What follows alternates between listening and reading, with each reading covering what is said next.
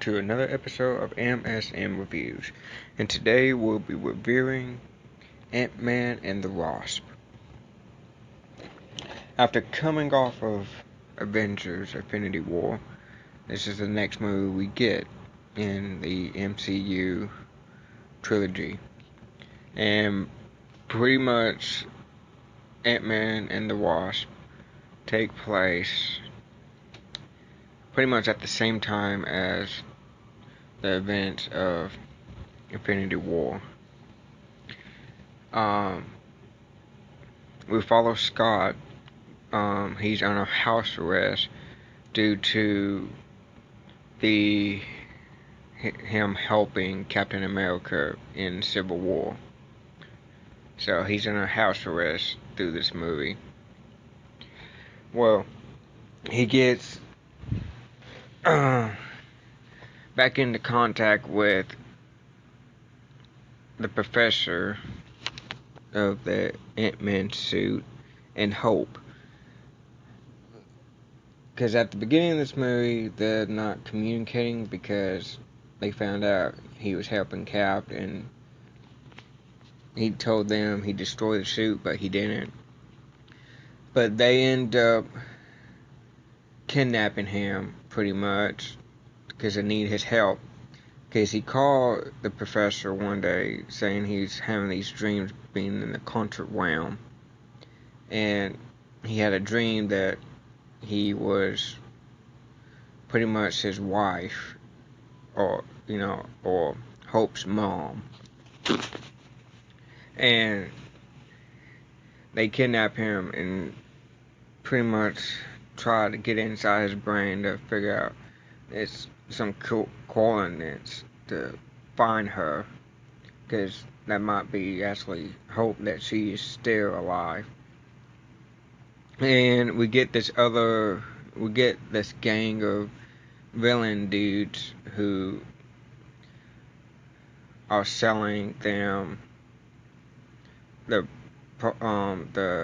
equipment they need to make the machine to make them go into the quantum realm. But these guys figure out who Hope is and the professor, and pretty much tries to scam them, and a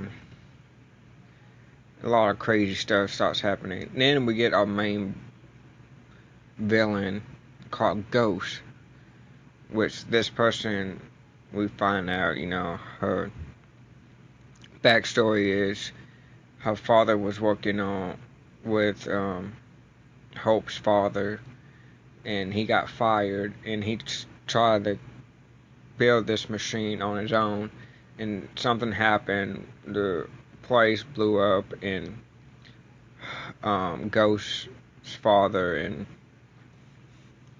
mother died, but she didn't. Her body is like phasing in and out every day. So basically, she tries to steal the machine, and a lot of crazy angst just goes back and forth. And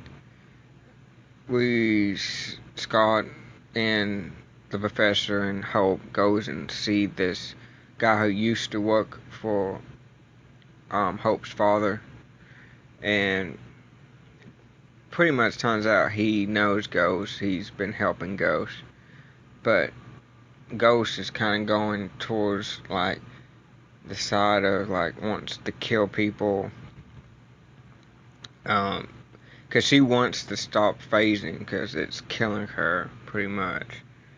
And Scott and Professor actually end up going into the quantum realm, and they actually do find his wife, and they bring her back.